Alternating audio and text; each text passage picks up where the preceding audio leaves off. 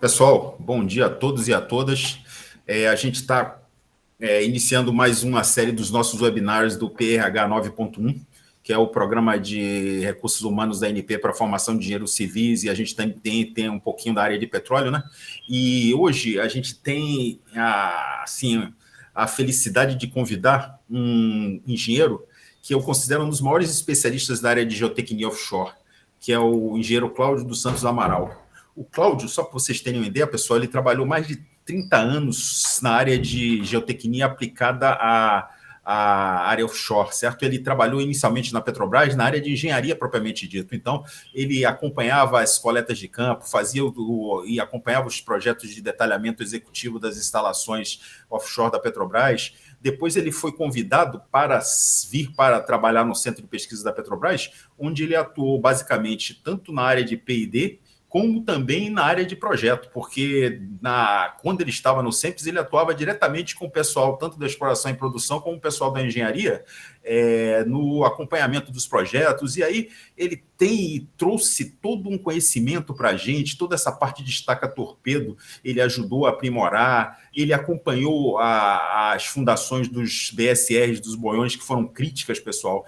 Essas fundações foram estacas de sucção, ele pode depois falar alguma coisa sobre isso. Então, eu diria que nós teremos hoje uma apresentação de um dos profissionais mais qualificados na área de geotecnia offshore para a indústria de petróleo do mundo, certo? Cláudio, muito obrigado por sua presença e a palavra está com você, meu amigo. Obrigado, Zé. Está todo mundo escutando bem? Sim. Tá. Perfeito. Bom, em primeiro lugar, Zé, obrigado aí, tá? Pelo convite, pelas suas palavras que refletem muito mais do que eu sou, tá? Obrigado aí. E o objetivo aqui, dentro desses 50 minutos aí, é lógico que não é esgotar o assunto, mas é mostrar a importância da geotecnia em qualquer empreendimento da indústria offshore, seja na área de óleo e gás, seja na área de energia ou de qualquer outra área que venha a ser implementada, tá bom? Eu entendo o seguinte, quer dizer, não me incomoda se vocês quiserem interromper para fazer alguma pergunta no meio aí, tá? Porque às vezes pode passar do momento, tá? Então fiquem à vontade caso vocês tenham alguma dúvida, tá bom? Cláudio, não se preocupe, a gente geralmente deixa para o Luiz entrando aí, a gente deixa para fazer as perguntas no final da apresentação, então pode apresentar no seu ritmo sem problema, meu amigo, tá bom? Ok, tá bom então. Bom dia, pessoal. Bom dia, Cláudio. Bom dia, Luiz. Tudo tranquilo? Tranquilo. Vou desligar aqui o microfone para não atrapalhar. Tá bom. Bom, gente, então, feito aí os agradecimentos aí, né, eu vou então iniciar aqui a apresentação. Então, eu vou falar um pouquinho sobre os tópicos de geotecnia na indústria offshore. É lógico que a gente não vai poder se aprofundar muito, mas eu vou dar uma visão bem geral, né, sobre a importância, né, e aonde que nós atuamos. Então, onde a geotecnia está envolvida dentro da indústria offshore, tá? Então, ela é, na verdade, uma atividade que se encontra necessária desde o momento que você começa a conceber o desenvolvimento de qualquer empreendimento, né, no seu projeto básico, no seu projeto de desenvolvimento, até a hora que você, instalação, e até o momento que você vai sair, abandonar aquela atividade. Então, é o que eu coloquei aqui. Nós temos toda uma área, vamos dizer assim, de avaliação de feições de riscos geológicos, geotécnicos e obtenção desses dados de projeto. Nós temos a importância da geotecnia na área de perfuração de poços, né, principalmente na parte superficial e também de estabilidade de poços. Nós temos a parte de fundações de estruturas, de uma forma geral, que sejam colocadas no fundo do mar. Né? A parte de sistema de transporte submarinos, dutos, ou mesmo de transporte de energia através de cabos elétricos. Né? A parte de terminais marítimos e terrestres, né? Onde você tem as fundações de piers, de ancoragens para você suportar as cargas dos navios. A parte de estocagem subterrânea, né? Que é um grande desafio aí, que nós temos, e a parte de descomissionamento de estruturas. Né? Eu vou me deter a esses 4 primeiros, tá? Esses que estão em vermelhinho não vou falar, não tem tempo para falar, seria muita coisa, né? Mas é apenas para mostrar para vocês todo o ciclo onde a geotecnia tem que interagir dentro da indústria offshore, seja de óleo e gás, seja de energia. Tá? Muito bem.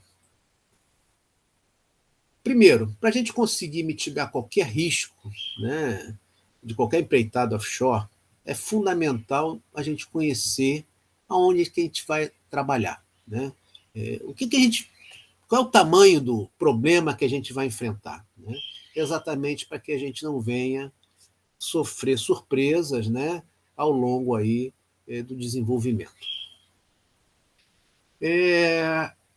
Para aqueles que acham que o fundo do mar é tranquilo, né, a gente sabe que não é. Né?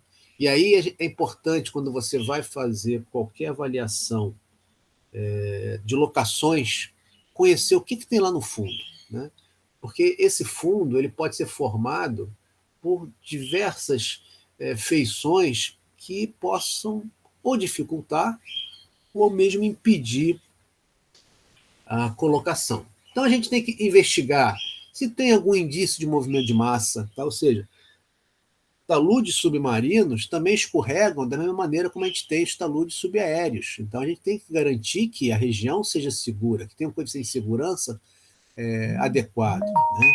Que as zonas de erosão e descalçamento de dutos, aonde elas podem ocorrer, como, e tentar evitar exatamente essas áreas. Né? É fundamental que isso aconteça. Conhecer toda a estratigrafia vertical e horizontal que a gente tem ao longo do meu maciço, para eu poder dimensionar de forma adequada as fundações. Né? Regiões onde eu tenha, por exemplo, cânions submarinos, para que a gente de antemão saiba se eu posso passar, por exemplo, um oleoduto dentro desse cânion ou não. A gente sabe que cânions são áreas naturais de risco, né? Então a gente tem que ter pleno conhecimento desse risco. Zonas de escape de fluido. A gente sabe que existem, em qualquer área de produção de petróleo, muitas das vezes, escapes naturais. Né? E esses escapes naturais não mais são do que falhamentos que vêm do reservatório e que atingem a superfície. E qualquer alteração nessa dinâmica da crosta, né, na medida que você começa a fazer a explotação do campo, você pode estar ativando essas falhas ou mesmo, vamos dizer assim, aumentando, né, esse potencial de escape de fluido. Então é fundamental que você conheça para saber até onde você pode injetar, por exemplo, fluidos no seu reservatório ou não. Né? Conhecer as zonas de falha, as fraturas. Hoje em dia, o meio ambiente exige o conhecimento de toda e qualquer acumulações coralinas que nós tenhamos no fundo do mar, que não são apenas aquelas que tradicionalmente a gente conhecia, né, em águas rasas, né, que são aqueles corais hermatípicos conhecidos. Não, existem corais de águas profundas, que chamam de corais hermatípicos, aqueles que vivem sem a luz solar, né, e que hoje são protegidos, né, pelos órgãos ambientais. Então não adianta eu tentar colocar alguma coisa em cima dessas acumulações que certamente vai ser gongado pelos órgãos ambientais. Não preciso conhecer. Né? Pavimentos rochosos, hidratos de gás, escarpas. Então, tudo isso faz parte do que a gente chama feições de risco geológico e geotécnico, que a gente tem que ter o conhecimento prévio para poder fazer a implementação de um empreendimento de forma segura, né? Dentro da legislação. Aqui eu vou só mostrar para vocês, quer dizer, uma das primeiras fases que acontece, que é a gente tentar definir a geomorfologia do fundo do mar. Né? Aqui, no caso, é a Bacia de Campos, onde a gente vê que nós temos nessa parte vermelhona, né? Essa parte que a gente chama de águas rasas, né? E em seguida começa o talude, né? E com diversas cicatrizes que a gente precisa entender muito bem qual a dinâmica que está atuando no fundo do mar, para saber até o grau de atividade de muitas dessas feições. Existem áreas, por exemplo, que têm escorregamentos, né? Mostram evidência de escorregamentos. E aí vem sempre aquela pergunta: aquele escorregamento é um escorregamento pretérito, né, que aconteceu em algum momento na história e que não existe risco de acontecer dentro do período de explotação do campo, ou a gente pode correr o risco de se surpreender e colocar algum empreendimento e amanhã depois haver um escorregamento. Isso tudo levou à necessidade de conhecimento, ter obtenção de informações, né? Informações essas desde conhecimento do fundo, propriamente dito, né? Conhecimento da dinâmica, por exemplo, de sismos na região, conhecimento do comportamento geomecânico dos materiais que estão envolvidos, tá? E para isso é feita, então, toda uma campanha de investigação geotécnica, cujo objetivo é exatamente responder, né, de forma segura como que a gente pode fazer a exploração dessas regiões offshore de forma adequada, né? E essa resposta nunca vem de uma única disciplina. Então, isso é importante a gente ter em mente, que a solução vem pela integração, né, de diversas áreas. Então, existe a necessidade de obtenção de informações multidisciplinares, tá, de forma a garantir, então, essa integridade das instalações. E que informações são essas? É geofísica, é geologia, é a datação de sedimentos, as investigações geotécnicas, tudo isso, né, é colocado num liquidificador e acaba gerando, né, para você fazer um empreendimento, né, você tem que juntar tudo isso junto com as simulações numéricas para te dar, então, uma solução adequada do ponto de vista técnico e econômico. Voltando aqui para o caso específico, que é o nosso de geotecnia, né, o que a gente faz para obter as nossas informações? A gente faz campanhas de investigação geotécnica offshore. E como é que é isso? Como é que eu faço isso? Como é que eu tiro essas informações? É um pouco complexo, porque dependendo do objetivo da campanha, tá, a gente pode ter uma investigação de um tipo ou de outro, né? Por exemplo, se eu vou estou interessado em conhecer o comportamento regional, então eu faço um levantamento regional para avaliar feições de riscos gerais, estabilidade de taludes, né, comportamento médio da região. Se eu, por acaso, vou realmente fazer uma fundação específica de um FPSO ou de uma semi-sub, aí não, eu tenho que fazer uma investigação de detalhe no ponto onde eu vou ter a investigação geotécnica. E toda essa investigação depende de outras coisas que estão acontecendo ali. Ou seja, qual é a lâmina d'água? Eu não tenho, às vezes, como utilizar uma tecnologia em lâmina d'água rasa, a mesma para uma lâmina d'água profunda, para uma zona de arrebentação. Então, os meios navais que a gente vai escolher, né, dependem muito de todo esse contexto, né? Ou seja, o tipo de levantamento que você vai fazer, a lâmina d'água, as condições meteossonográficas que você vai estar trabalhando, né, na região, e aí sim é feita a escolha do meio navais e os equipamentos que você vai utilizar. Tradicionalmente, o que a gente faz são os ensaios que são usados até convencionalmente em investigações subaéreas, que são as coletas de amostra, os ensaios de palheta e os ensaios de CPT. Quem é da área não precisa nem explicar o que é, né? E existem outras tecnologias mais recentes, né, que não estariam ainda no rol tradicional, mas que são ferramentas possíveis, que é o T-bar, né, que é um ensaio de penetração também, só que de uma barra, ou o ball, na verdade é uma bola, que você crava e mede a resistência e a compressão dessa bola, ou o Smart Pipe, por exemplo, quando você quer fazer uma investigação para dutos submarinos, né? Seria um equipamento que você desce no fundo, esse equipamento dispõe de movimentos, ele aplica um tipo de um duto no terreno, aplica então deslocamentos horizontais, laterais, verticais e tira esse comportamento, essa interação solo-duto que tanto a gente precisa para fazer os projetos.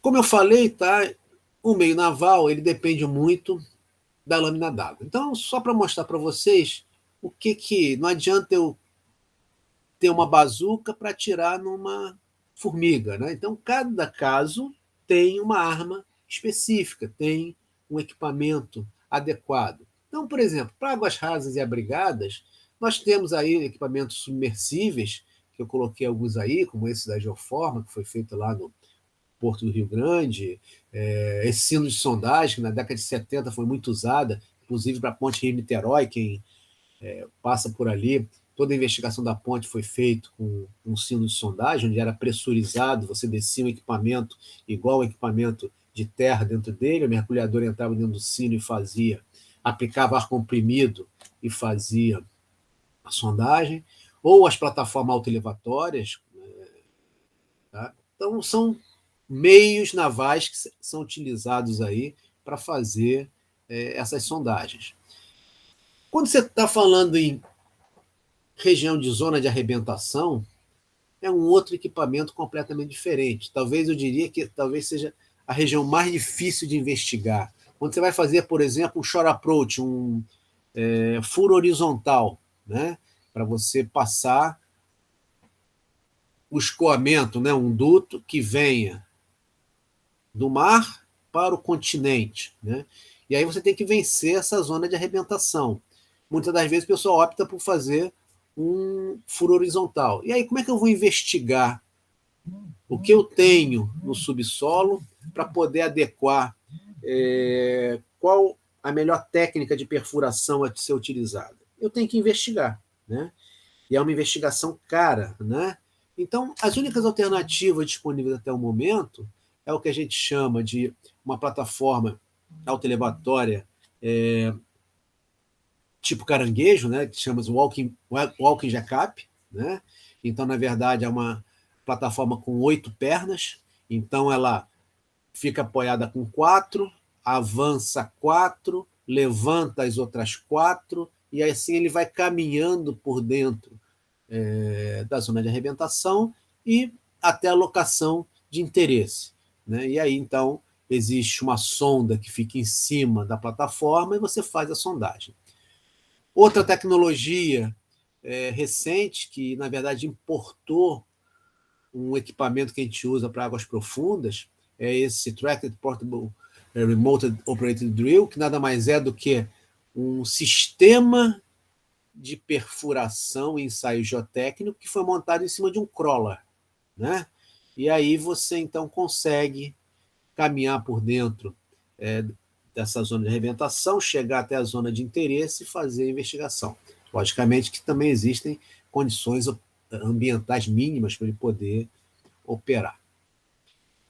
E, finalmente, aquilo que a gente faz mais no nosso dia a dia, né? Já que nossas reservas, principalmente de óleo, está tudo em águas profundas, que são as investigações em águas profundas através de navios geotécnicos, né?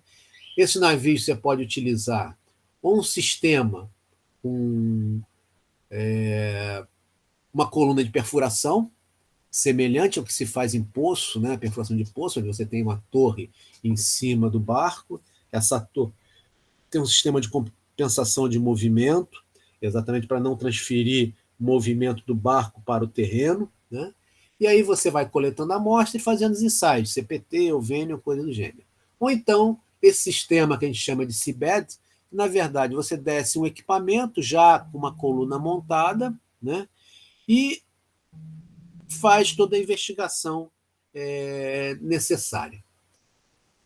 Mais recentemente, então, isso tudo tem também limites operacionais, né?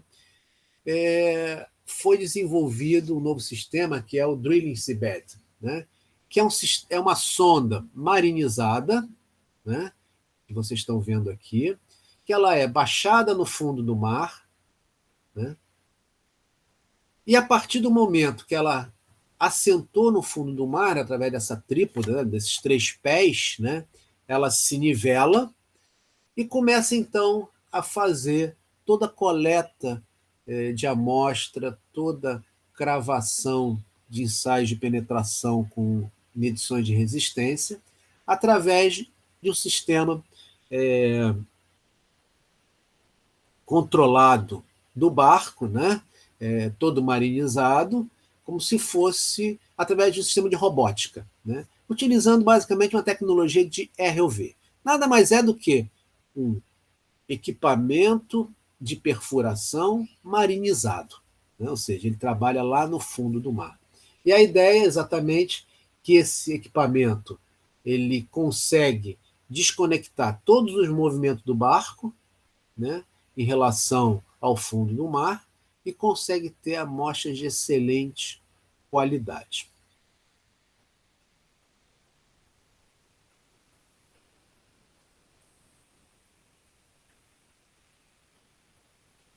Muito bem. Aqui é importante também a gente falar o que eu já comentei lá, né? Na verdade, nós temos sempre que conhecer o objetivo da investigação. Se eu for, por exemplo, isso aqui é o mesmo furo, né? Vocês estão vendo duas imagens, né? Uma imagem onde você tem um furo completo até 60, 70 metros de profundidade, né? Onde o objetivo seria a investigação para uma fundação profunda, tipo um torpedo, né? E aí eu te pergunto, qual a influência dessa camadinha aqui, nesse primeiro metro, né, mais resistente, dentro de um processo de fundação profunda? Eu vou dizer para vocês que é nenhum, né? Ou seja, essa resolução ela não é impactante num projeto de fundações profundas. Porém, se esse projeto for um projeto de dutos, né, onde, na verdade, essa região de interesse, aquele primeiro metro, né, o conhecimento com uma resolução adequada dessa região é fundamental. Por quê? Todo comportamento da interação solo-duto vai estar calcado na resistência maior que a gente verificou nessa região aqui, que é aquela região onde muitas das vezes a gente encontra aquelas camadas ferruginosas, né? Então, essa necessidade de atender resolução adequada para, de forma a compatibilizar os problemas globais e locais é fundamental, né? Voltando aqui, então, agora para a parte aplicada propriamente dita, né? Perfuração de poços, né? Por que é importante a geotecnia na perfuração de poços, né? Primeiro, que o primeiro condutor do poço é a fundação do poço, né? Ou seja, todos os esforços que acontecem durante a perfuração, né, induzidos pela sonda, pelas condições ambientais, elas são transmitidas para esse primeiro condutor. Então, é a fundação do poço. Eu preciso realizar ela com a visão de que aquele elemento vai ter que ter uma capacidade de carga, vai ter que ter uma resposta carga-deslocamento compatível com os equipamentos que eu vou trabalhar, né? A outra questão é a questão do processo de execução de um poço. Quando eu estou fazendo a execução de um poço, eu estou aplicando um fluido de perfuração. E esse fluido tem que ser dimensionado para que a gente garanta que não vai haver, por exemplo, uma ruptura hidráulica. E para isso, o que eu tenho que conhecer? Dentre outras coisas, a resistência dos materiais que eu estou perfurando, né?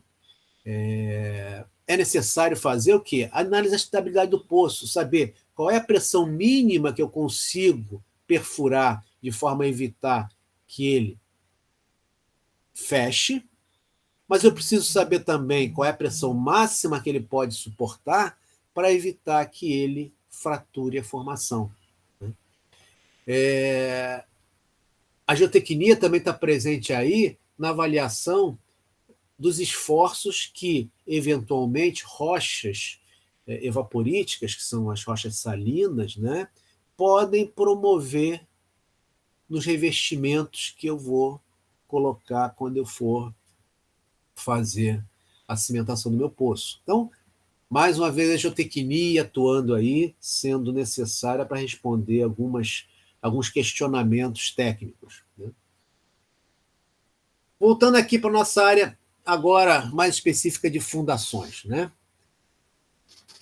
A geotecnia, muitas das vezes, é vista só como, né, no primeiro momento, atua só em fundações. Então, já comecei a mostrar para vocês que não, que ele atua em tudo. Mas aquele foco principal, o que eu preciso saber? Eu preciso instalar uma unidade qualquer, preciso garantir que essa solução seja uma solução técnica adequada. Não adianta eu pensar em, por exemplo, a gente vai ver mais adiante, cravar uma âncora numa região onde eu tenho uma camada resistente, porque essa âncora não vai conseguir cravar, não vai conseguir penetrar. Então, existem várias condições técnicas fundamentais que só são vencidas se eu conhecer o que eu tenho no fundo, no meu subsolo. Tá?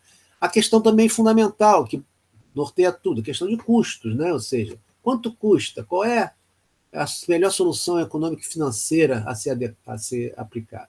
E aí sim, depois de tudo isso, né, a gente vai fazer as análises técnicas, que são as avaliações de capacidade de carga, os estudos de degradação de resistência cíclica. Né? Então, a gente percebe que solo, a gente pode imaginar que é semelhante a um elemento metálico.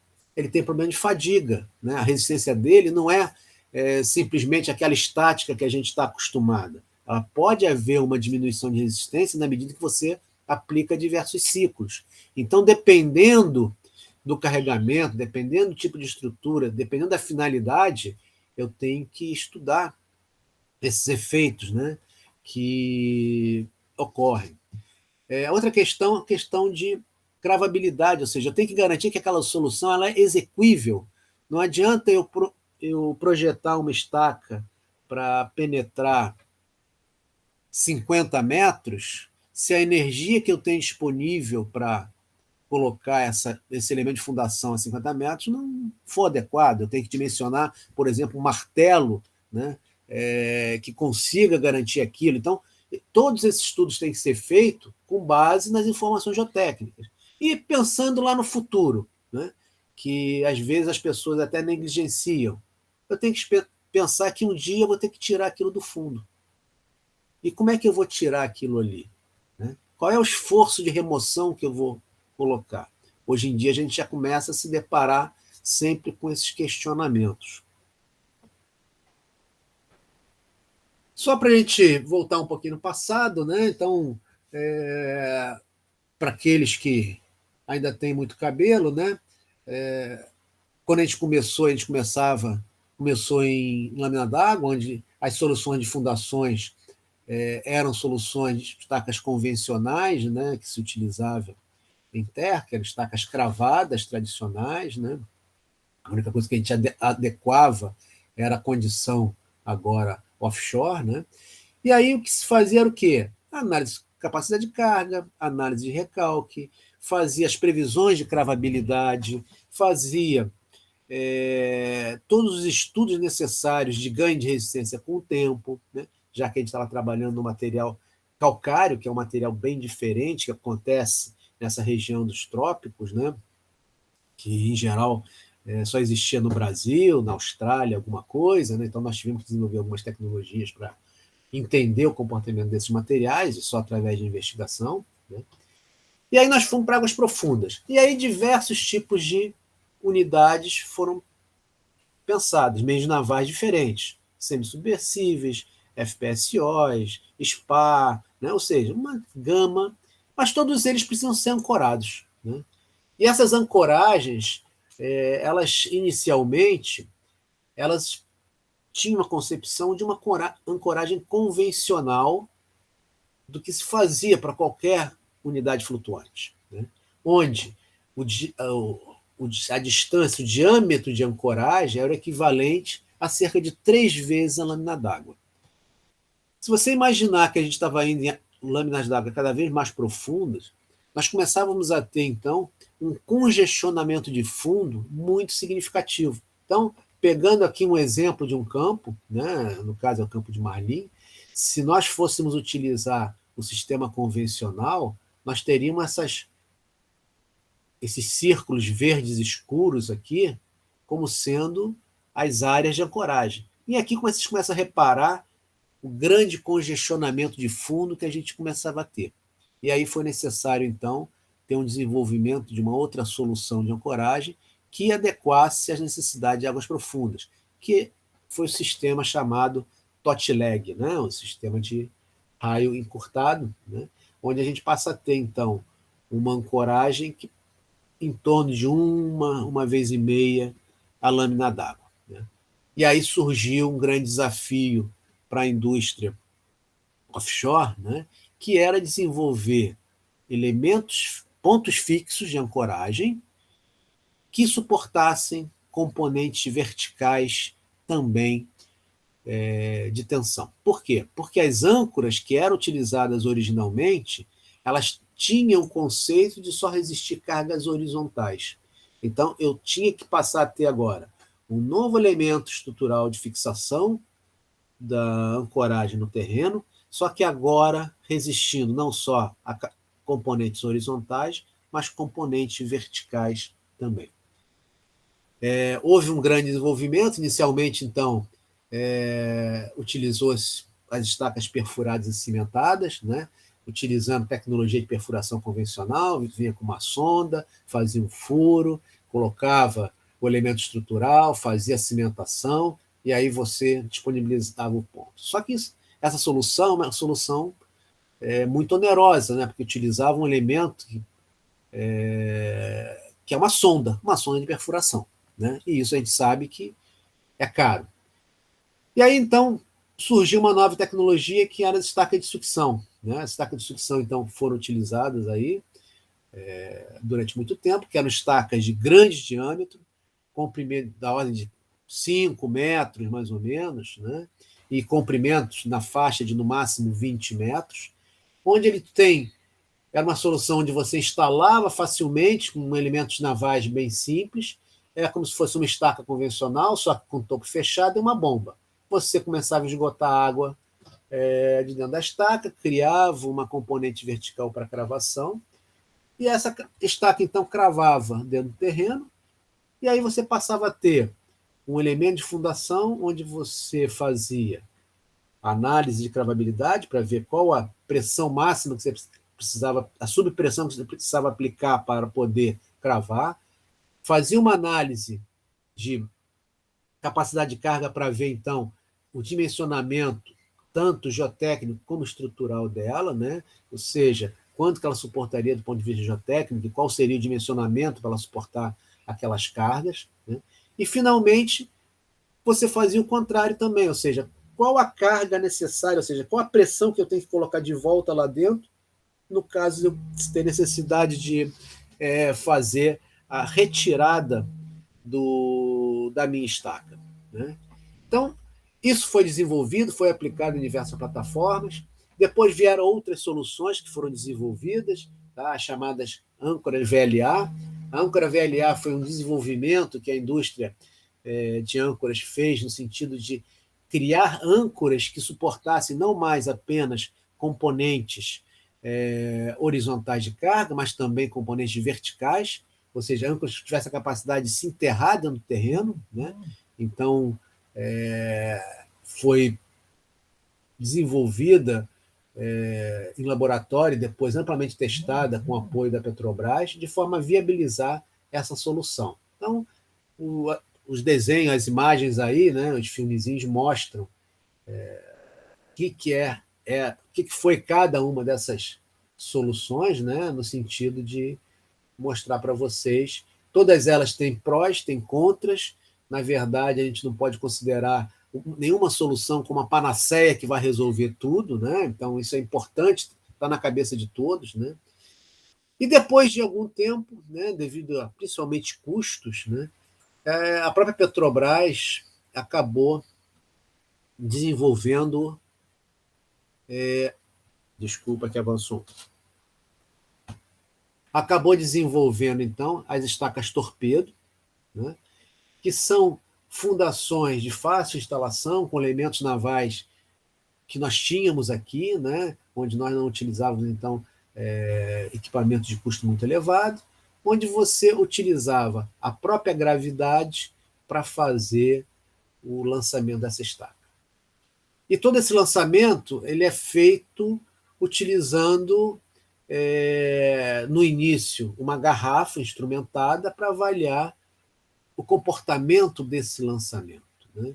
Então, aqui cabe também de fazer uma ressalva. Às vezes a gente tem a tendência de olhar os problemas achando que apenas o seu conhecimento é suficiente para responder tudo. E aí foi interessante, porque quando a gente começou a instrumentar essas estacas, nós, como engenheiros geotécnicos, tínhamos aquela impressão que a estaca ia cair, né, exatamente em linha reta, que não ia ter nenhum desvio de ângulo. E aí começamos a perceber que algumas estacas chegavam a cravar com ângulos até em torno de 30 graus, né, de inclinação. Isso criou uma série de necessidades, né? Uma, você dimensionar estacas para avaliar a capacidade de carga para estacas que fossem cravadas com diferentes ângulos. Outra é você tentar desenvolver, entender o porquê que as estacas caíam inclinadas. E aí entrou todo o pessoal aí de CFD ajudando, né? Para mostrar o seguinte: olha, na verdade, toda a parte de instalação, né, do lançamento, existe um comportamento hidrodinâmico aí que tem que ser estudado, né? E aí houve essa conjunção de disciplinas, né? O pessoal da Naval, o pessoal de CFD, no sentido de tentar desenvolver a melhor geometria de estaca que atendesse não só os aspectos necessários para a geotecnia, para obter uma boa capacidade de carga, mas também que fornecesse, vamos dizer assim, uma boa instalação, fizesse diminuir ao máximo essa inclinação que a estaca teria, né? Ou seja, qual o posicionamento adequado desse centro de gravidade, como que deveriam ser essas aletas. Tudo isso foi estudado de forma a garantir que a estaca cravasse o máximo possível, né, obtivesse a maior energia cinética possível, a menor instabilidade hidrodinâmica, né, e a melhor capacidade de carga. Então, a estaca torpedo, no final, acabou concebendo aí um grupo de profissionais no sentido de otimizar essa solução. E aí, em seguida, algumas outras soluções mistas começaram a aparecer, soluções comerciais, né? Como essas estacas CEA, que nada mais é do que uma clamshell, né, que era instalada na base de uma estaca de sucção. Então, a estaca de sucção ela era utilizada apenas como um follower, né, ou seja, um prolongador, onde você levava até o fundo, posicionava, depois você retirava esse prolongador, e aí então você puxava esse cabo se abria, formando como se fosse uma âncora, né? Então, são as estacas CEA. Nós tivemos também as âncoras Raivel, que nada mais são do que estacas de sucção, onde você tinha disponível ali os flaps, de forma quando você, durante a cravação, os flaps iam abertos, o plug de solo ia entrando, quando você entrasse em operação, começasse a sobrecarregar a estaca, os flaps iam fechando naturalmente e embuchando a estaca, né? Então, são soluções que apareceram, né? Assim como a Sepla Anchors, que nada mais era do que uma âncora que era cravada não através do puxamento tradicional, mas cravada através de uma estaca de sucção até a penetração de projeto, né? Então, vocês vejam aí a âncora, ela aqui no meio, posicionada no fundo da âncora de sucção, né? Então, você cravava essa âncora, depois você retirava apenas a estaca de sucção, permanecendo a placa lá no fundo. E aí, então, você tinha a fundação pronta para ser carregada. Partindo agora para a parte de sistema de transporte submarinos, né? Então, aonde que a geotecnia entra? Entra na parte, por exemplo, de escolha de rotas. Qual a melhor rota para você passar com os seus sistemas, com suas tubulações, com seus dutos, com seus cabos, né?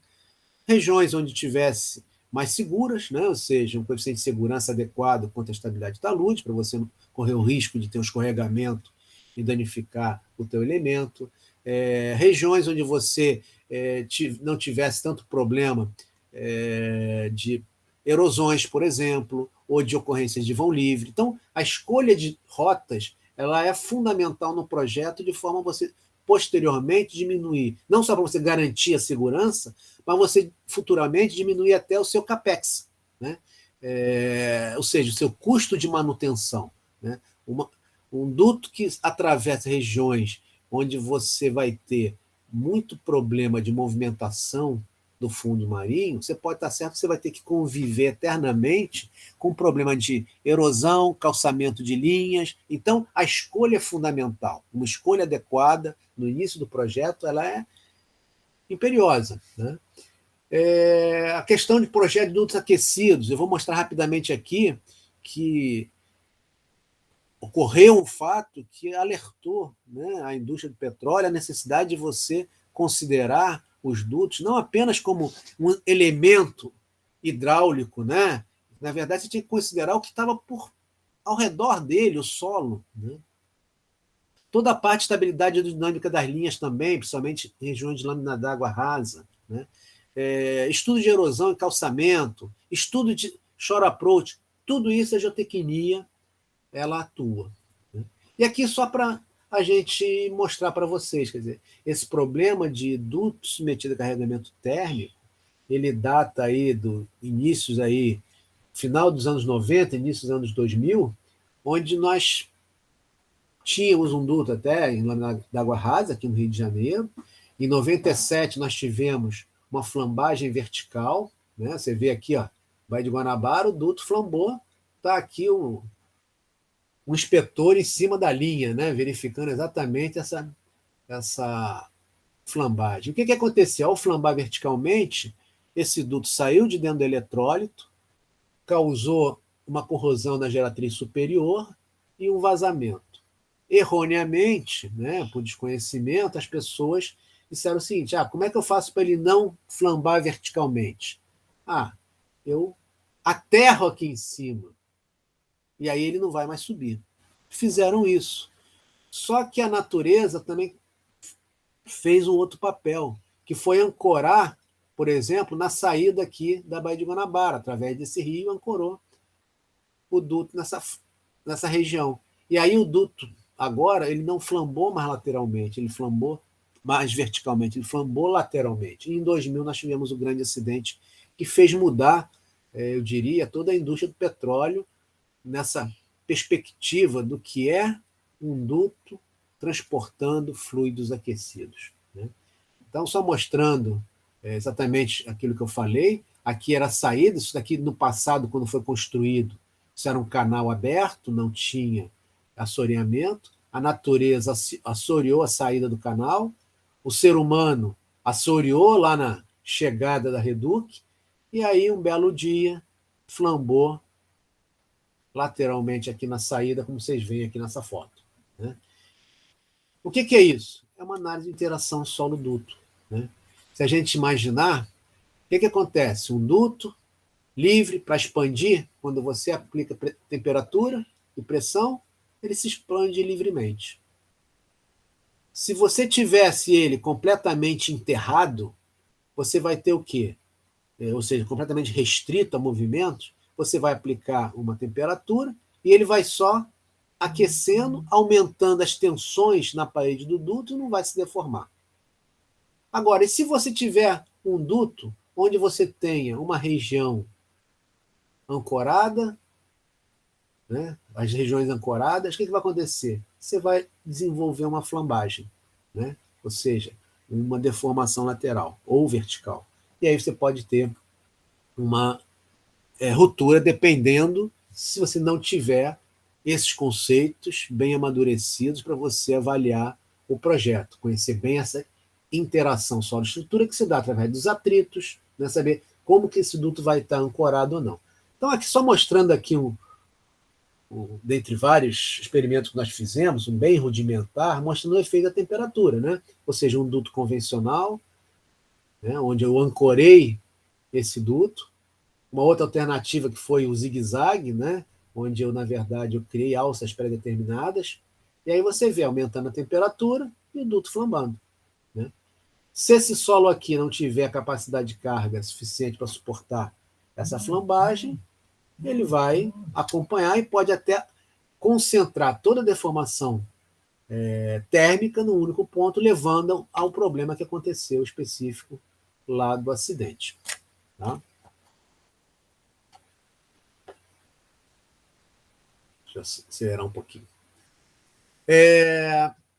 O que os esforços termomecânicos podem gerar? Tá? Primeiro, você pode ter uma deformação excessiva num único ponto, causando, então, um problema. Né? E, para isso, algumas soluções de engenharia foram desenvolvidas, ou seja, os esforços vão acontecer, o solo está ali, eu preciso saber de que maneira eu tenho que controlar isso aí. E algumas soluções foram propostas. Os slippers, tá? Flutuadores, tá? De forma a você criar pontos pré-determinados para que seu duto flambe num ponto que você conhece, num ponto que você determinou. E aí são feitas o quê? Análises numéricas, onde você considera toda a interação solo-estrutura através de molinhas equivalentes, laterais, longitudinais, verticais, de forma a estabelecer de quanto tempo, por exemplo, eu tenho que colocar um slipper ou um flutuador de forma que não haja uma altura.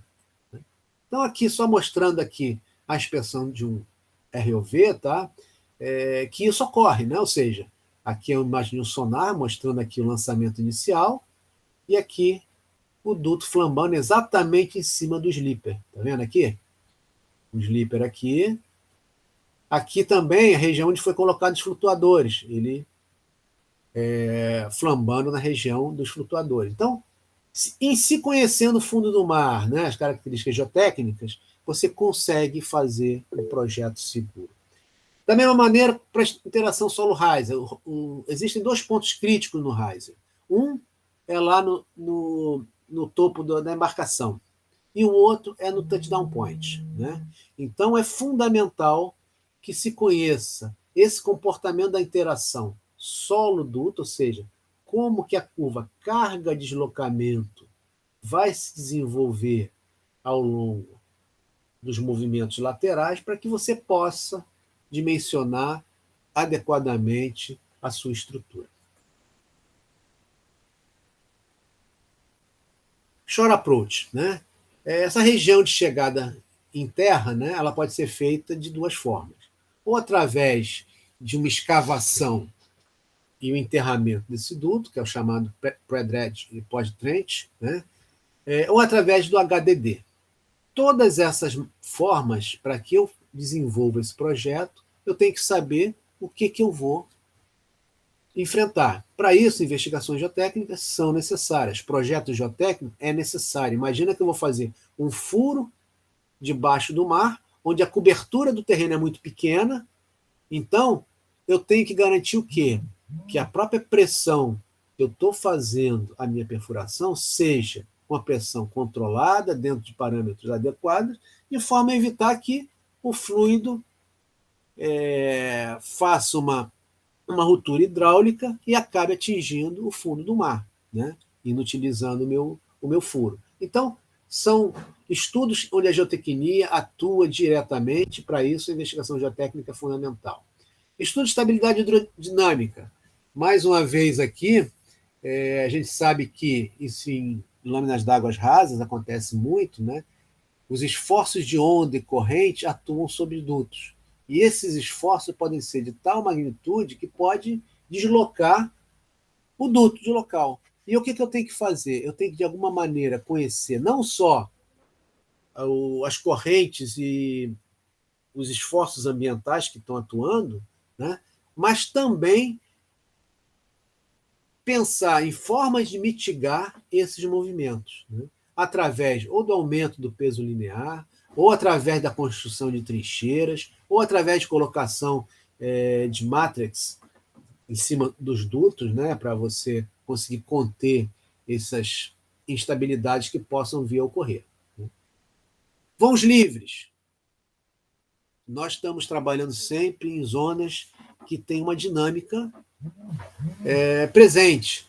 E essa dinâmica pode promover nos dutos, né, escavar por debaixo dos dutos, ou mesmo no próprio lançamento, gerar vãos livres. E esses vãos livres têm que ser de tal magnitude que o duto suporte estruturalmente sem problema, que o VIV que vai se desenvolver ao longo dessa região não possa diminuir a vida útil desse duto. Tá? Então, estudos são necessários nesse sentido, né? Para que a gente consiga conhecer essas regiões e consiga mitigar os problemas. Né? E essa mitigação pode ser pela suportação do duto, né? Através de alguma forma que você controle, né? Ou seja, você conviva com aquele problema.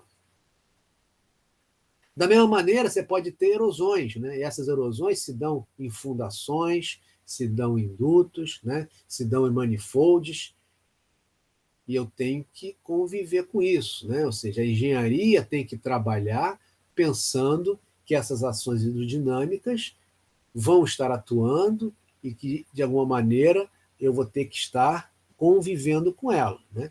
E aí, como que eu sei se vai acontecer ou não? Primeiro, eu tenho que conhecer o tipo de sedimento que existe no local. Depois, que tipo de condições de correntezas, né, ambientais estão atuando e se aquele tipo de sedimento é sujeito a erosões ou não. Então, tudo isso é fundamental para um bom projeto. Né? Então, tanto erosões como a formação de dunas, tá? Tudo isso é fundamental, o que eu falei. E aí, eventualmente, se necessário, pensar aí até em medidas de mitigação, seja através da cobertura do soterramento do seu duto, para evitar que ele seja exposto àquelas ações diretamente, né? Ou através de colocação de mantas, calços, coisas do gênero. Ou seja, a engenharia trabalhando no sentido de conviver com isso. Muito bem. Então, falei aqui do que eu precisava, tá? Que era o escopo aí da nossa apresentação. Existem outras atividades, como eu falei, tá? Então, toda a parte de terminais marítimos ou terrestres, você tem a geotecnia trabalhando aí nas fundações dos piers, das ancoragens, né? A parte de estocagem subterrânea, né? Que é uma frente nova de trabalho grande aí que está se avizinhando, ou seja, o mundo cada vez mais percebe a necessidade de armazenar energia, seja ela em forma líquida, seja ela em forma gasosa, né? Até na forma de vento. Né? Então, a estocagem subterrânea ela é uma realidade que precisa ser pensada, e a geotecnia, quem ajuda tecnicamente nas respostas de como serão essas cavidades, né? E pensar o seguinte: um dia eu vou ter que tirar isso tudo do fundo. E vem sempre aquela pergunta: qual é a carga agora de remoção? Né? E todo mundo, se não tiver estudado adequadamente, conhecer bem o fundo do mar, vamos estar aí sempre com uma banana nas mãos. Tá bom? Muito bem, gente. O que eu queria mostrar para você, tá? Para vocês, que é consequências e riscos da não existência, do mau planejamento de investigações geotécnicas em suas considerações em projetos subterrâneos e submarinos, elas podem trazer exatamente grandes problemas. Tá? Então, é fundamental que a gente, considere sempre a interação solo-estrutura de uma forma sistemática em qualquer empreendimento offshore. Tá? E a recomendação é que toda instalação em equipamento submarino deve ser considerado também como uma obra geotécnica. Tá? Ou seja, sempre tem que ter a geotecnia trabalhando de forma a evitar qualquer tipo de infortúnio, qualquer tipo de insucesso aí ao longo aí, tanto da instalação como ao longo da vida útil. Bom, eu gostaria de agradecer aí a oportunidade, né, de ter mostrado, e estou aí à disposição aí de esclarecer qualquer dúvida. Cláudio, excelente apresentação, meu amigo. Puxa, eu fico pensando uma coisa, né? Como de uma forma geral, você basicamente participou de todos os desafios da indústria offshore nos últimos 30 anos, né? Começando ali, quando você entrou logo na Petrobras, as fundações do Polo Nordeste, que eram basicamente estacas, e depois todos os problemas que advieram do vazamento do duto que você explicou muito bem aqui na Baía de Guanabara, o PE1, certo? Que inclusive gerou o famoso plano, aquele grande plano de excelência de gestão, o Pégaso, né? E depois os desafios dos FPSOs ancorados, né? Porque, como você falou muito bem, a questão maior era reduzir o raio de ação do sistema de ancoragem. E aí veio a solução híbrida das linhas de ancoragem híbrida, já com componentes de poliéster e tudo mais. E aí a ação da escolha adequada da fundação foi essencial, né? Isso, pessoal, é o histórico da geotecnia aplicado à indústria offshore nacional. E nós, brasileiros, somos líderes nessas soluções, porque nós avançamos para águas profundas mais rapidamente do que em alguns locais do mundo, e nós partimos para soluções bem típicas, que foram os próprios FPSOs, que demandavam fundações bem robustas, certo? Cláudio, como você vê, a minha pergunta antes de passar para o pessoal, como você vê aquela eterna disputa entre quando fazer o levantamento geotécnico, porque são levantamentos caros, que demandam navios especiais. Eu me lembro que você embarcou muito naquele navio da Fulgro, se eu não me engano era o Bucentauros o nome dele, né? E como você vê essa negociação na linha de projeto de um sistema de produção? Bom, Zé, primeiro só dizendo, eu acho que eu me considero um afortunado, né, de ter vivido um momento, tanto da empresa como do país, né, que me permitiram ter oportunidades ímpares, né, de desenvolvimento, de acompanhar. E aí eu me lembro até uma frase que me falaram logo entrei com a Petrobras e que eu hoje concordo, né? A Petrobras era uma excelente empresa que eu ia ter condição de trabalhar com coisas que certamente poucas pessoas teriam condições de trabalhar, né? Não teria tantas oportunidades, né? E felizmente foi isso, né? Ou seja, a Petrobras ela atuava em tudo, né? Era uma missão nossa, né? Trabalhar em terra, mar, ar, o que fosse necessário, né? E utilizar da criatividade, porque a nossa realidade é diferente da realidade, por exemplo, do Mar do Norte. Quando a gente fala em geotecnia, a gente diz o seguinte, quer dizer, cada solo é um solo diferente. E aí, como você falou, quando a gente começou lá na bacia de Campos, né, os solos das areias calcárias é um comportamento diferente, completamente diferente do material do Golfo do México, por exemplo. Né? Então, toda a experiência mundial que existia no Golfo do México, lá no Mar do Norte, era em argilas. Né? E, de repente, viemos aqui trabalhar com areias calcárias, que era um material que tinha aparentemente uma grande resistência, só quando começava a cravar, perdia a resistência, as estacas caíam quase que por peso próprio dentro do solo. Né? E aí, nós fomos obrigados a ir desenvolvendo a própria iniciativa da Petrobras de ir para águas profundas, pioneiras. Né? Agora, disso tudo que eu acho interessante, importante, é o seguinte, a gente não pode se vangloriar que cada um de nós, dentro do nosso conhecimento, somos responsáveis pela solução do problema. Não. Né? A solução do problema ela só vem de forma integrada, onde eu tenho que pegar o conhecimento de cada um dentro das suas respectivas disciplinas para chegar num projeto mais razoável possível. Ou seja, quando eu falo da estaca torpedo, né? A estaca torpedo ele foi concebido inicialmente por nós geotécnicos.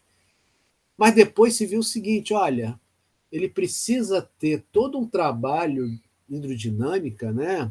para avaliar a parte da cravação por peso, né, por gravidade, né? E aí todo o pessoal de CFD trabalhando para tentar otimizar. Isso foi em tudo, né? Quando a gente foi para águas profundas, onde se questionava, existia um grande questionamento de parte do mundo sobre a questão dessas feições, riscos geológicos e geotécnicos, que existiam muitas feições e riscos que mostravam escorregamentos pretéritos, né? E todo mundo, uma parte da sociedade dizia, é um risco, produzir nesses taludes. Outros diziam, não tem risco nenhum. E a gente teve que ir atrás para dar uma resposta. Existe risco ou não existe risco? E aí você, utilizando apenas a geotecnia, você dizia o seguinte, poxa, como é que um talude de 2, 3 graus escorrega? Tá? Nos cálculos, isso não acontece. Né? Só que a gente viu uma evidência ali, existia evidência mostrando escorregamentos pretéritos. E aí você é obrigado a tentar ver o seguinte, quais são os processos que poderiam desenvolver esses escorregamentos pretéritos, né? Que tipo de mecanismos detonadores poderiam levar à instabilização desses taludes? Né? Quando que aconteceu? E aí você junta, mais uma vez, profissionais das mais diferentes áreas para responder essas perguntas. Aí vem um cara, né, da paleontologia que data lá o sedimento, né, vê lá o bichinho que vivia naquele sedimento naquela época e diz o seguinte, não, o último movimento aconteceu há 11 mil anos atrás e está associado à redução do nível do mar. E aí você fala o seguinte, gente, tudo bem que eu sou importante, mas dentro do contexto geral eu sou insignificante. A única forma de eu resolver as coisas é me juntando aos outros, né? Porque certamente o conhecimento da pessoa só dizer que tem aquele bichinho não quer dizer nada. Mas se você associa a informação do paleontólogo, com do geólogo, com do geofísico, com do geotécnico e de outra disciplina, você consegue fechar, né, aquele quebra-cabeça e te dar segurança para fazer o teu projeto. Tá? Então, eu vejo assim, eu tive essa oportunidade ímpar. E a pergunta que você me fez, na verdade, foi como que eu vejo... Na linha do tempo do projeto de produção, quando você acha que deve entrar o levantamento geotécnico? Porque essa é uma grande discussão, envolvidos principalmente os custos do levantamento, quando feito com navios especializados geotécnicos, né? Na verdade, eu vejo o seguinte, Zé, todo levantamento, o ideal é que ele fosse desenvolvido em etapas. Né? Então, eu digo o seguinte, que o ideal, eu sempre levantei essa bandeira, é você ter uma investigação dita de reconhecimento regional e depois uma campanha de detalhe. Então, eu vejo que tão logo você descubra, no caso específico, né, no empreendimento de óleo e gás, né, uma área promissora de desenvolvimento, você já deveria começar a juntar todas as informações geológicas e geotécnicas da região de forma regional para você saber o seguinte, que tipo de problema eu posso encontrar? Qual o tamanho desse problema? O que eu preciso investigar? Né? Então, acho que isso é fundamental. Né? Inicialmente, logo assim que você define a comercialidade de um campo, você começar a utilizar os dados que você dispõe e coletar alguma coisa no âmbito regional. Feito, então, tendo esse esboço, quando você realmente for desenvolver o campo, aí sim, você teria uma segunda parte, uma segunda campanha, que seria uma campanha de detalhe, onde você, então, faria investigação dos pontos de interesse para você responder aquelas perguntas sobre dimensionamento de fundações, sobre questões referentes a escoamentos submarinos, sobre estabilidade de poço. Tá? Então, o ideal é que você pudesse desmembrar. Infelizmente, devido aos custos e ao fato de muitas das vezes você não dispor do orçamento, você acaba fazendo tudo junto. Né? Acaba atropelando, sendo atropelado pelo sistema. Tá? Mas do ponto de vista ideal, eu acho que seria isso. Eu não sei se eu respondi a sua pergunta. Respondeu, Cláudio. E, pô, eu acho que isso, principalmente para os nossos bolsistas e para quem for, de alguma forma, atuar na indústria de petróleo, é muito importante, né? Porque os campos vão continuar sendo desenvolvidos, as iniciativas vão continuar sendo tocadas, e é muito importante que essa visão integrada de quando fazer o levantamento para um determinado empreendimento seja devidamente conduzido, principalmente com o pessoal da gerência, né? Porque envolve custo, e envolvendo custo afeta o CAPEX e o OPEX de todo o projeto, né? O Cláudio Luiz, agora eu vou abrir a pergunta para todo o pessoal do nosso webinar, e fiquem à vontade para conversar e compartilhar esse tempinho que nós temos com o Cláudio à nossa disposição. Luiz, pode fazer a pergunta, meu amigo.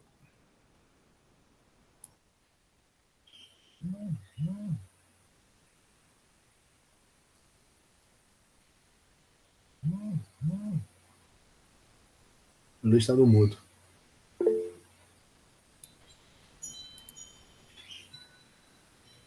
Luiz, você conseguiu abrir o seu alto-falante? Peraí. Eu acho que ele está no mudo aqui. Vou ver Ele se está eu no mesmo. mudo. Ele está no mudo. Não, você não consegue, não. É Zoom. Você tem que pedir para ele abrir. Oi, pois é, tá me ouvindo? Okay. Agora a gente está lhe ouvindo bem. Vai cair essa câmera. É o seguinte, Cláudio, a dúvida que eu tenho parece até meio eu te perguntar isso, que eu trabalho um tempo junto, né? Mas existe duto flexível na horizontal, o pessoal usa? Tipo, tem o riser rígido, o riser flexível. Existe algum... Sim. Não, existe. Mas são trechos, né? Na verdade. Só trechos pequenos, né? Só trechos pequenos. Tá por causa do problema de que ele pigue, passar pigue, essas coisas? Tem vários problemas. Ele não é pigável, entendeu? Tem alguns problemas que, na verdade, não são. Não é uma tecnologia assim que o pessoal usa muito mais como, vamos dizer assim, transporte do duto até, no máximo, ao elemento de escoamento definitivo, entendeu? Ou seja, sei. Os dutos mesmo que trazem de exportação, que a gente chama, são sempre dutos rígidos. Tá bom. É porque aí a minha pergunta perde todo o sentido. O que eu ia perguntar era se não valia a pena, para evitar esses problemas de vão livre, né, de fadiga térmica, tudo isso, colocar, apesar de mais caro, mas ganharia em manutenção, dutos flexíveis ao invés de rígidos. Tem problema também do diâmetro, né? Os dutos flexíveis, eles têm limitação de diâmetro, né? Então não teria, para o diâmetro usual de escoamento, normalmente eles são utilizados mais de escoamento, assim, do poço até... Tá. E aí a outra, é mais uma observação até do que uma pergunta, que quando você mostrou aquela figura da dilatação térmica, daquele confinamento lateral que o solo proporciona, que pode ser saudável ou não, né? Você mostrou também uma outra figura que você colocava uns calços artificiais no duto para forçar, né? Umas ancoragens. Forçar aquele ponto que ele fosse flexionar, né? Aí, sobre esse aspecto, até você ter alguns vãos livres, né? Até sobre esse aspecto de dilatação térmica. Até saudável, né? Sim, você exato. Perde no via-via, mas você ganha nessa parte de dilatação térmica. Isso. Aí tem assim, algum vão que seja, vamos dizer assim, o vão ideal é o quê? Não, o vão ideal depende basicamente do diâmetro do duto e da espessura da parede, tá? Existem fórmulas até da EDNV que estabelece qual seria esse vão máximo, dependendo das características geométricas do duto. Né? Então, o pessoal, quando faz as inspeções, isso é feito sistematicamente, né? Eles verificam as regiões do duto como um todo. Uma das coisas que eles inspecionam são os vãos livres, e aí inspeciona o início do vão livre e o final do vão livre para definir o tamanho do vão livre, para ver se está dentro do que é aceitável por norma ou não. Quando começa a se aproximar de um comprimento máximo permitido, o pessoal, então, requer que sejam feitos estudos para mitigar esse problema. Ou calçamento, entendeu? Alguma coisa nesse sentido. Tá? Mas eu concordo com você. Quer dizer, o vão livre tem também esse viés positivo. Ele faz o papel ali da boia, ou seja, ele cria, na verdade, um ponto de... uma deformação preferencial para que toda daquela deformação térmica acabe alimentando aquele ponto. Tá? Então, Perfeito. pode ser bom, pode ser ruim também, entendeu? Porque pode também toda deformação acabar convergindo para aquele ponto. Então, o ideal é que você, quando você faz o projeto, é importante você conhecer bem o fundo do mar, né, para você definir exatamente aonde vão acontecer os vãos livres, se vão acontecer, e eventualmente você dispor daqueles elementos estruturais que eu coloquei, o tal dos slippers, ou mesmo dispor de boias, de trechos em trechos, para você mitigar o problema de estar concentrando toda a deformação térmica em um único ponto. Tá. E a última pergunta, para não tomar muito tempo, deixar para os outros também, né? Os vão livre, como você falou, tem aquela dinâmica do solo que altera muito, né? Quer dizer, o que era vão livre, de repente, deixa de ser, o que não era... Exatamente. Isso é muito comum. Por isso que é importante, você, quando faz aquela avaliação de feições, né, a gente define regiões das sand waves, né, regiões de movimentação de fundo. E aí é importante essa ação conjunta com o pessoal da oceanografia, né? Por que essa região aqui é uma região que você percebe, né, um descalçamento, eventualmente essas dunas de areia, e aí vocês, mais do que nunca, vão poder pegar, através de dados que vocês possam dispor, responder essas perguntas para a gente, tá? Mas esses levantamentos de trechos de duto nessas regiões que tem uma dinâmica maior, tem alguma periodicidade recomendada ou não? É quando tem oportunidade?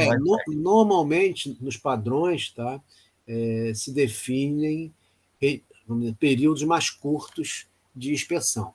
Tá? Aí vai depender aí do projeto do duto em si, mas em geral é feito isso sim, tá? Ou seja, é feito um acompanhamento mais a miúde naquelas regiões onde você anteriormente definiu como uma região que possa haver problema. Que muitas vezes acontece, às vezes você passa num ano, tá, com 50 vãos livres, aí você se organiza para ir calçar. É lógico que toda essa logística, né, ela demanda tempo, demanda recurso. Aí quando você vai lá de novo, aqueles vãos livres não existem mais. Isso cansa de acontecer. Tá. Obrigado, Cláudio. Obrigado, Luiz. O Marco Túlio tem uma pergunta para você também, Cláudio. Marco, pode avançar, meu amigo. Opa, obrigado, Zé. Cláudio, obrigado aí pela palestra, excelente palestra. Deixa eu baixar aqui a minha mão virtual aqui. Não consegui baixar, não. Agora foi. Sempre, de vez em quando, tiro uma dúvida com você, aprendo muito. Quando você terminou a apresentação, você já tirou até algumas dúvidas que eu estava tendo, né? Que eu fiquei agora pensando só em estabilidade de talude, né? Quando você começou a apresentação, e você mostrou ensaios, né? Mostrou esse ensaio de datação, né? Que seria justamente isso que você falou, né? Que conseguiu ver lá a idade do fóssil, sei lá o que é, e viu que aquele escorregamento do talude era um escorregamento pretérito, né? Bem pretérito, né? Você falou, são milhares de anos, né? A dúvida que eu fiquei, Cláudio, é se existe forma de você pegar escorregamentos mais recentes, né? De você, de 10, 15, 20 anos, né? Que seria uma coisa recente, né? Quais as evidências, os ensaios que a gente pode ter para avaliar isso, né? Um escorregamento mais recente, né? Porque talude subaéreo, né? Beleza, assim, né? Você tá vendo lá, né? Mas o offshore, né? Então, olha só, a mesma coisa.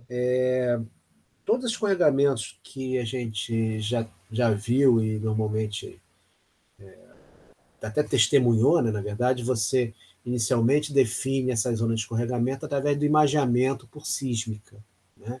Você percebe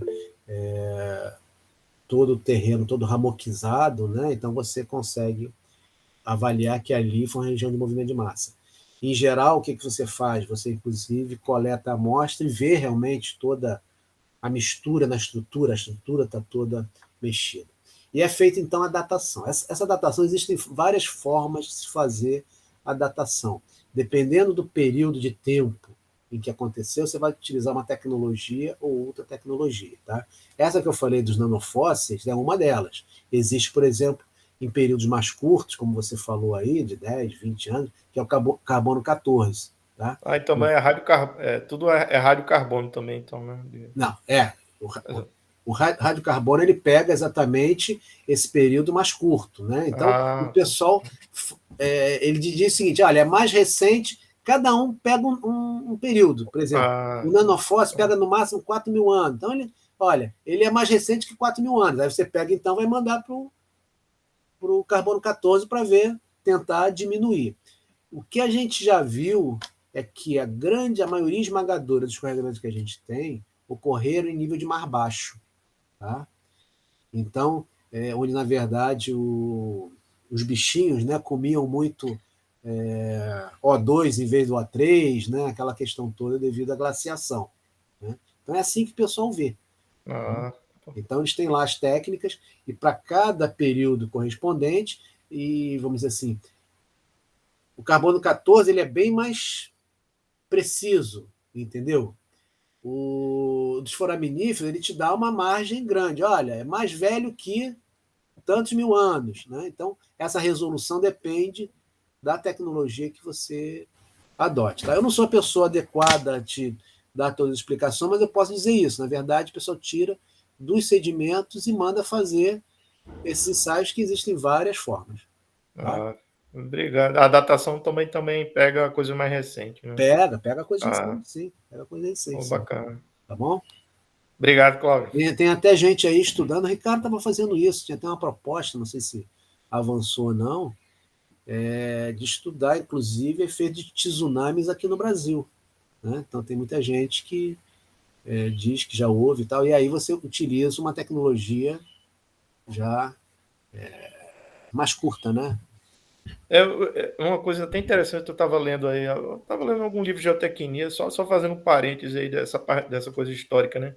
O terremoto que teve grande em Lisboa, no século XVIII... Chegou aqui. Chegou no litoral brasileiro, né? E tem cara que estudou, né? E consegue, sim. Encontrar indícios dele, né? Sim. É uma coisa de séculos atrás, né? Tá bom? Obrigado, Cláudio. Valeu. Prazer ver você aí. Obrigado. Igual, muito bom. O Edgar Micolo tem uma pergunta para você também, Cláudio. Vou liberar para o Edgar perguntar. Obrigado, José. Bom dia a todos. Bom dia, Cláudio Amaral. Muito obrigado pela aula.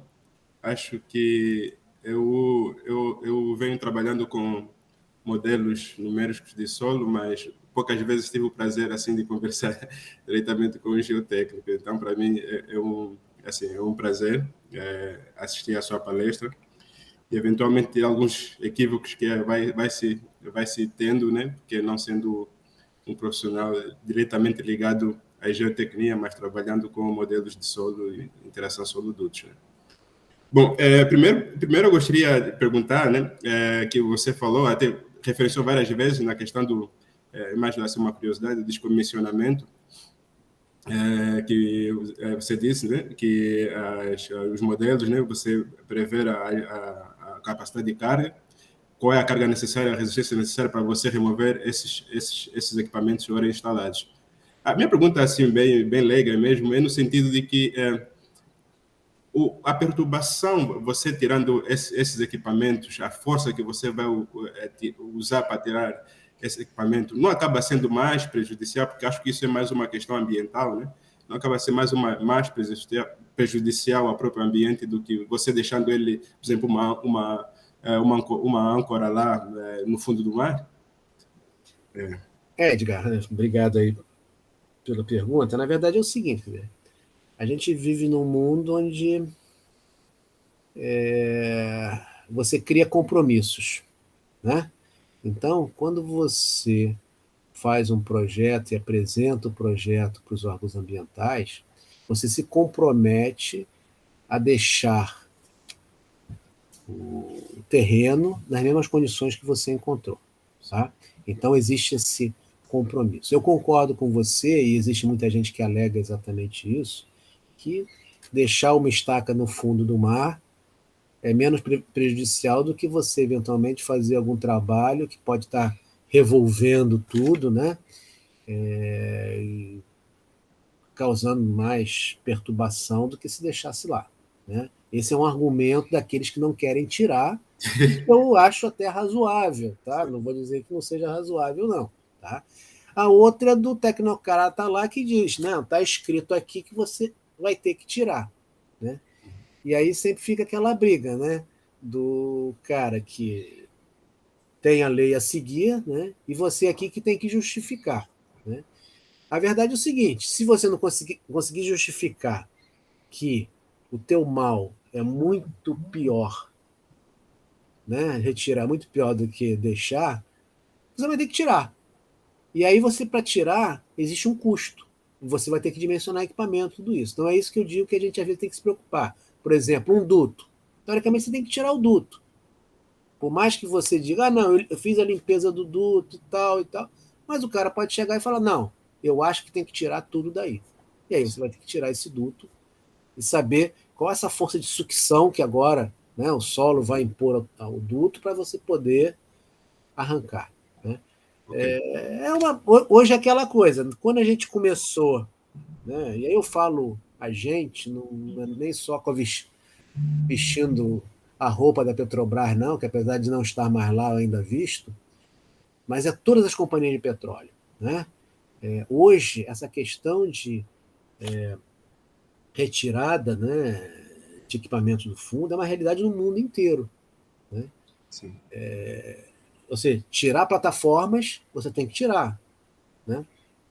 Agora, quando você tira, existe plataforma com fundações rasas, que você vai ter um problema de tirar essas pernas, então você tem que conhecer. Tem outras que são com estacas, você vai ter que cortar no fundo do mar, né? Mas é importante você pensar que isso um dia pode impactar o teu negócio, né? Quer dizer, hoje isso daí começa a virar custo. E quando você começa a colocar esses custos da retirada do equipamento, você começa a ver o seguinte, todo o lucro que você obteve durante a produção é perdido ali. Tá? Eu concordo com você, ou seja, do ponto de vista pragmático, né? Mas a gente vive num mundo ainda do 8 ou 800, né? Fica ali pendulando, né? Então tem que chegar num bom termo, mas a gente tem que se preparar para isso, para que eventualmente, se não em todos, em alguns casos, a gente tenha que tirar realmente alguma coisa do fundo. Obrigado. Seguindo até mesmo nessa linha, né, até você mencionou da sucção gerada pelo solo, né, ao remover esse equipamento, mas já não mais sendo uma estaca, mas agora sim mesmo os dutos abandonados por alguma eventualidade ambiental ou mesmo, por exemplo, na instalação você precisa desconectar o duto, né, por alguma eventualidade, e você depois tende a buscar esse duto, ou pescar, vamos assim dizer, fazer uma pescaria desse duto. Essa sucção já aconteceu, pelo menos já evidenciou algum tipo de colapso local no duto, devido, por exemplo, se dependendo do solo, se for argiloso, né, ele vai criar uma sucção bem maior nesse duto. Se já aconteceu de ter esse fenômeno no duto. Não, eu não tenho conhecimento de nenhum dano estrutural devido à sucção, não, tá? O que a gente percebe, essa sucção acontece muito, principalmente nos risers, tá? Quando você na região de touchdown point, onde esse esforço primeiro é maior, depois ele vai diminuindo na medida que você começa a retirar, tá? Mas o problema é muito mais de fadiga do duto em operação devido a essa região do touchdown point, que às vezes fica ali, do que efetivamente de colapsar, né, o duto. Eu não tenho nenhum tipo de conhecimento desse tipo de falha, não. Ok. E justamente também de entrar no touchdown point, né, do riser, né?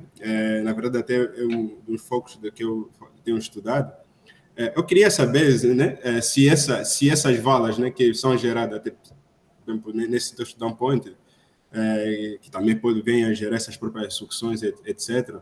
Essas valas elas são mais geradas durante a vida em produção ou por exemplo, no estágio, por exemplo, de um tainho do duto, onde a embarcação está parada, você mantém o duto na mesma posição, e você tem um rio aí, por exemplo, dependendo da condição do mar, né, grande, e vai escavando esse solo. Será que ele escava mais a sua própria vala durante a instalação do equipamento ou em vida cíclica, né, de produção Tá. Olha só, o que a gente vê é o seguinte, vamos pensar a fase da instalação do duto, né?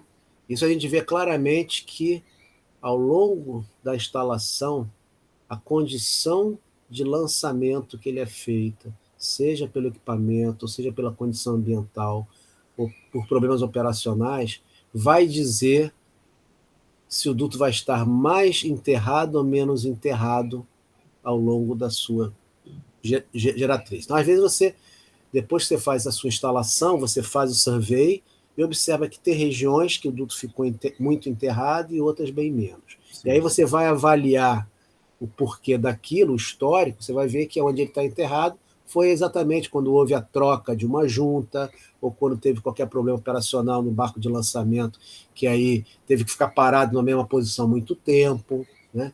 Então, isso daí é fato, isso daí existem medições que comprovam isso. Nesse sentido, eu vejo o seguinte, que a condição de formação de vala mais atuante vai acontecer para mim na região do touchdown point depois de instalado, naquele ponto de instalação dele.